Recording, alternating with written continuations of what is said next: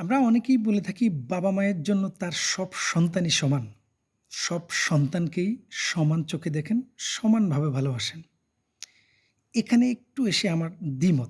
আমি এটাতে দ্বিমত পোষণ করছি এই কারণে, কারণ আমি স্বচক্ষে বা প্র্যাকটিক্যালি আমি অনেক মা-বাবাকে দেখেছি, যেই সন্তানটা ভালো কন্ট্রিবিউট করতে পারে ফ্যামিলিতে, ভালো কন্ট্রিবিউশন, ভালো ইনকাম, তার জন্য কেমন জানি একটু স্পেশালভাবে বা বিশেষভাবে বা তাকে একটু আলাদা করে দেখে।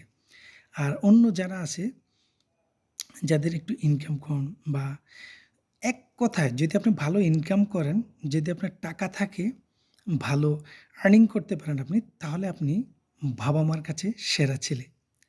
যদি আপনার টাকা থাকে বা ভালো ইনকাম থাকে, বউর কাছে আপনি সেরা হাসব্যান্ড। বোন ভাইয়ের কাছে সেরা ভাই আপনি। প্রতিবেশীর কাছে সেরা প্রতিবেশী আপনি।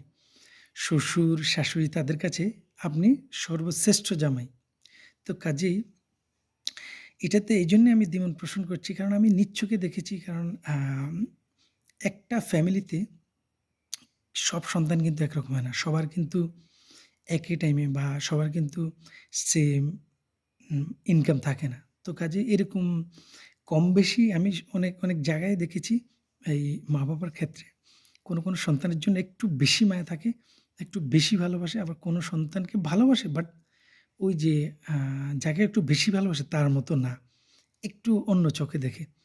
তো কাজেই অনেকে যে বলেন যে সমান চোখে দেখে সমানভাবে ভালোবাসে, সেজন্য আমি দ্বিমত পোষণ করলাম। এমনিতে মা-বাবা তো মা-বাবাই। সন্তানকে তো ভালোবাসবেই, যেহেতু জন্ম দিয়েছে।